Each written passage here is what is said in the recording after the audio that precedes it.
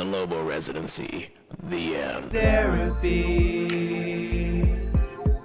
Season 3 of Derapy.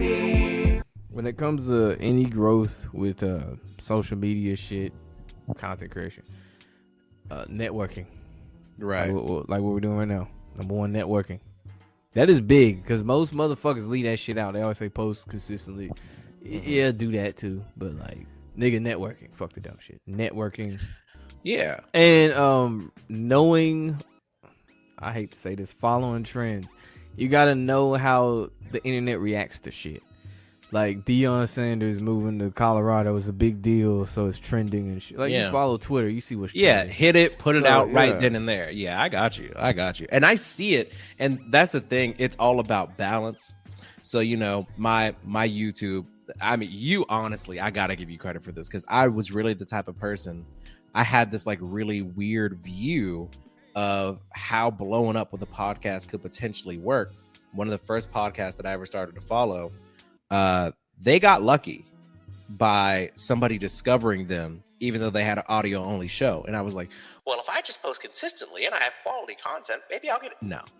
No one's ever gonna find you. Somebody. You could pay somebody. You could have the world's best show, the best mic, the best editing. You could be Joe Rogan himself, and you could literally have Takeoff come back to life and be a guest on there. But if nobody knows, if nobody can find your show, it doesn't matter. So networking is probably the most underrated, and also making sure your stuff's on the right platforms.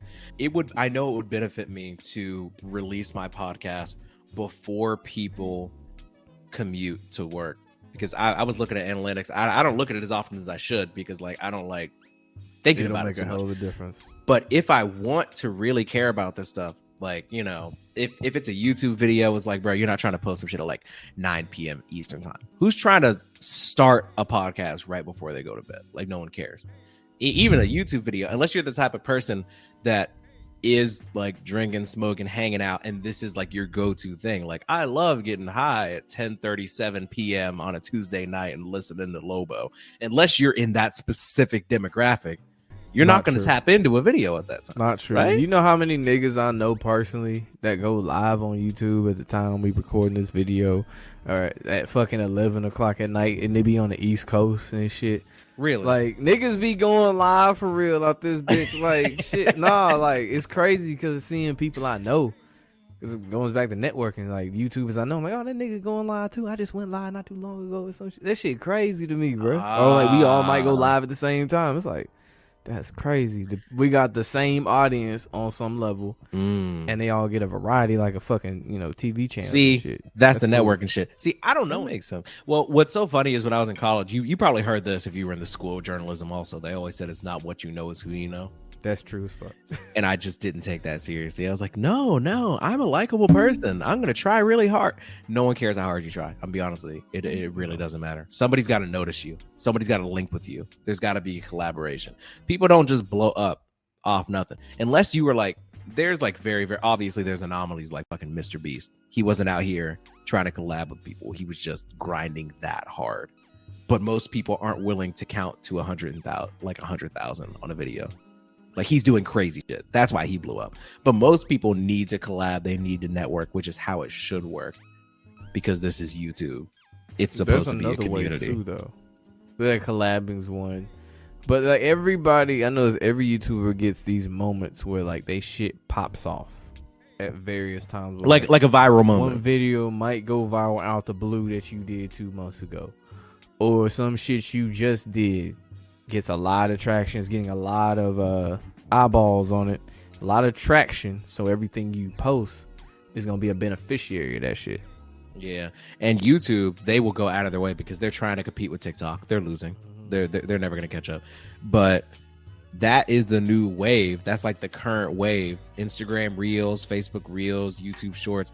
Everybody's trying to get like TikTok. It's not gonna happen. But while they're trying, even Snapchat's got a little spotlight thing. They're trying. They're not going to get there, but you got to take advantage of that while you can. Yeah, since you say you about this life, bro, I'm take your word for it, nigga. Look, I'm here. You life. see me, right?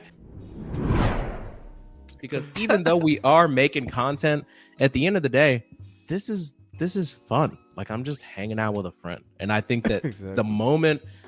the moment you're like YouTube stuff or my podcast, the moment it starts to feel like work, that's when you know you're doing it wrong. I've been there a couple times at work feeling. Oh yeah, rigged NFL, it gets there. It got there quick as fuck this year. I was like, God damn. Well, you have this type of thing where when it comes to the NFL stuff, you have to be quick. Cause like I don't have no Yeah, weeks off there's to no the Pro time. Bowl, nigga. I got 21 weeks straight, bro. I'm like, God damn. do I look like trying to do another 9 to 5, bro? That office job shit's for the birds. I fucking hated it. It's the worst thing ever. Yeah, it definitely wears on me. I gotta drive 40 minutes to work 3 times a week. Like Monday, Wednesday, Friday, I drive to the office. Tuesday, Thursday, I'm at the crib working from home. I usually be in here in the studio watching TV, Boondocks or Jamie Foxx show. You know, some like nigga shit. Some nigga shit be on TV all day. Basically, is what I'm getting at. Martin or some shit be on. Man, TV. over here like Huey Freeman watching nonstop BET, bags under the eyes, like We got any grape soda? Nigga, you stupid. Shit, I backed up all my YouTube shit and all my music today on my hard drive. Bro, I didn't use half a terabyte. Jesus Christ. Of just YouTube. 200, yeah, most of it's YouTube. Was it 270 gigabytes? No, my bad. I think it might have been 400. dude, that's so much. No, Where'd you back it it's up to? To my hard drive from my laptop. My laptop's got a terabyte on it, but I've used 900 gigabytes of it so far in a year. By the way, speaking of needed new shit, the MacBook that I've done, speaking of eras, so I talked about how like my first like 15, 20 podcasts were done talking directly to my phone. Then I had like the iPad era, which was like I had like a $20 mic from Amazon. Still not editing the show, by the way. Rough times. Yeah. iPad anything is a rough time era. Yeah. The fucking iPad with the $20 Amazon mic plugged in. Then when season 3 came along, I had the MacBook, and you know, obviously I got the little $70 mic, and it really hit me when I was like going through my Spotify Wrapped and shit. And there was this, long story short, there was this girl that I knew in college, and she's like a low-key pop star. Like, she's not famous, but she has 16,000 monthly Spotify listeners. And I was trying to get her on the show last year, and like some weird shit came up. I don't know if she was ducking me, she was dodging me. She said she had COVID. Everybody gets COVID, whatever. And I didn't fucking hear from her for a year, so who fucking knows? The point is, a couple months ago, I saw her tweeting that she was on somebody else's podcast, and I was like, ain't this some shit? So I went to go listen to the podcast. It's fucking terrible. Like, the audio quality's bad. He sounds bad. She's a terrible guest. He asked bad questions. She's not a personable person at all. And I'm like, Then I was thinking, I was like, is it just that this podcast is bad? I mean, yes, their podcast is bad. But I was like, how does my podcast sound to a lot of amateur podcasts? And I started just going through podcasts, just browsing through them on Spotify charts, Apple Podcast charts. I don't know if you know this. There are a lot of bad podcasts. There are too many of them. And I was riding around with a couple friends, and I was like, listen to the show and listen to mine. I'm like, don't fuck with me. Like, tell me how they sound in comparison. They're like, first of all, nobody takes this shit as seriously as you. And I was like, yeah, that's what I figured. But how does it sound? And they're like, good quality shit. The mic audio is bad. You hear shit going on in the background. Whole lots of likes. So there's no fun topics. They're not talking about it. They're rambling. It's not focused. It's clickbait. There's no ratings on the show. There's no ads. There's no fucking rapping. It's not fun. It's just a hot mess. It's just bad. And I was like, I have something special here. I just need to fucking get it to people. And that's going to be my goal for 2023. Like, I've got if you listen to any fucking episode that I put out, the past 20 or 30 of them, you're going to be like, I might not agree with everything this motherfucker says. In fact, it's very controversial and it sounds kind of insane, but at least I can tell the effort, the production quality, the research, the passion, it's fucking there. And you won't leave the show Derapy thinking like, yeah, he doesn't care about this that much. Yeah, no one's ever going to think that. Yeah, once you get it rocking and rolling, nigga, you good, bro. You feel me? You know what I'm saying? You good. I am not gonna be in like Muff's DMs like, can I please be on your show? I saw your content and I really liked it. Would you like to? I'm telling you right now, I'm not doing it. But if it comes organically, naturally, like how you and I are right now, I'm down for it. But I'm not about to be on like somebody's fucking YouTube page that has 95,000 subscribers commenting like, love your vids, dog. Keep it up with a heart emoji. I'm not fucking doing it. I'm telling you right now. But if it's some game that's not that, I'm here for it. That's funny as fuck. All right, no, this is my last question. So we were talking about beats and shit earlier, but we get up out of here. Who is your favorite producers in rap? Tyler the Creator. No contest. Okay, you said that shit really quick. Oh yeah. Really quick. Oh yeah. Some thought into that one. Yeah. You said that shit. No, really fast. Listen, I thought about it a lot. I don't know how you feel about Tyler personally, his character, his music, his persona, whatever. I like when his it comes music. When it comes to production, Tyler the Creator, I think, is so incredibly talented when it sheerly comes to the production of his music. And I saw him talking in an interview where he was talking about the Igor album, which I've said 100 times, there's a difference between best and favorite. And Igor, the album by Tyler the Creator, is one of my 3 favorite albums of all time, in case anybody's curious. No order. To Pimp a Butterfly by Kendrick Lamar, Michael Jackson's Thriller, and Tyler the Creator's Igor, my 3 favorite albums ever. Thriller's a classic. To Pimp a Butterfly is the best rap album ever. I won't argue. I'm not here to do that. I wouldn't go that far. It's Kendrick's personal. best, but I wouldn't go that far. And Tyler the Creator's Igor, to me, is the most incredible blend of hip hop and pop and soul and funk. A conceptual album. I'm a whore. What do you mean by that? For concept albums. Logic's The Incredible True Story is not a great album because Logic isn't a great rapper. But just the fact that he had a concept and he was willing to commit to it is very impressive to me. Having a big concept album and committing to something like that, and I think Tyler the Creator executes on ideas in the best possible way, especially in that album. So when it comes to production, the fact that he writes and arranges all the instruments, all the synths, the way that he like ties things together, his unconventional way of structuring songs. Like, oh, I don't care how many bridges are in it. I don't care. Like every single hook sounds different.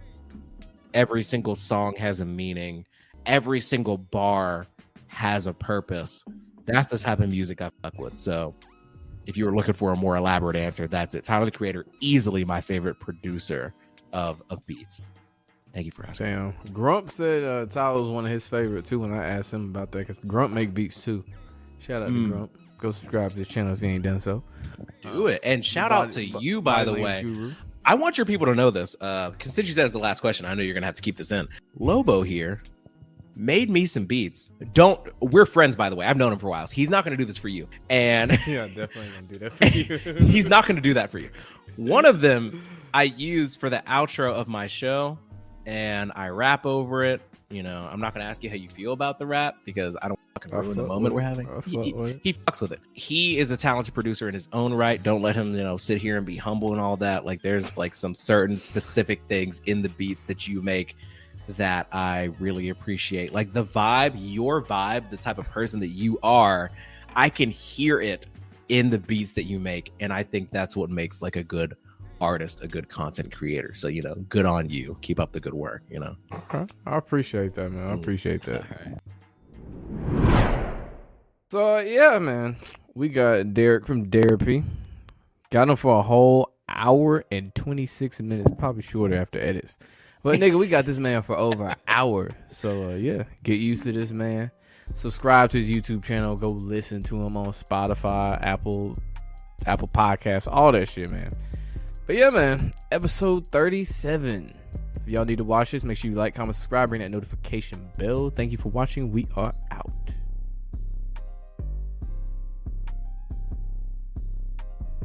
Thank you so much for joining me in Derapy today. New sessions every Monday, Wednesday, and Friday. Give me 5 stars on Spotify and Apple Podcasts. Subscribe to my YouTube. It's free. And shout out Lobo for the beat. Yes! Come to Papa! Might just quit my job, but it's really not too hard, but it be draining me. She hates to see a place that do be paying me, but playing me. Need some advice, clock out and go home and talk to the wife. She's so supportive and trust I do right, but I don't want the judgment or shame that comes with the game of jumping ship too early. Beat is bumping Shirley, need that grease is curly. Talking about my hair is thick just like my kid's hair, but not till 30. Getting ahead of myself. Talking like there's two of me, but peep my podcast art, I'm working like it's triple overtime. I will go cuckoo for mine, all my dreams they are sublime. Wanted fame since I was 9, Lobo cooked this up divine. We go deeper, feel the vibe, we don't stop at season 3, feel like we is season 5. I'm at the peak of my power, I see prey I devour. If it's chess I'm the tower, thinking deep when I hit the shower. Dark thoughts, anxiety, I beat it all. Try again, then positive vibes, I let them in. Come join the boy, let's settle in. Keep it going hard, that's sediment. I do a lot with a few words, and that's like revenant. And that's funny, cause I'm a Leo. That's your ironic. Why? I don't believe in the signs, but I know I'm a star. Sun or moon, I'm like tune in, but don't look up. That's another Leo reference, now you shook up. Girls say men are dogs, but I just be in the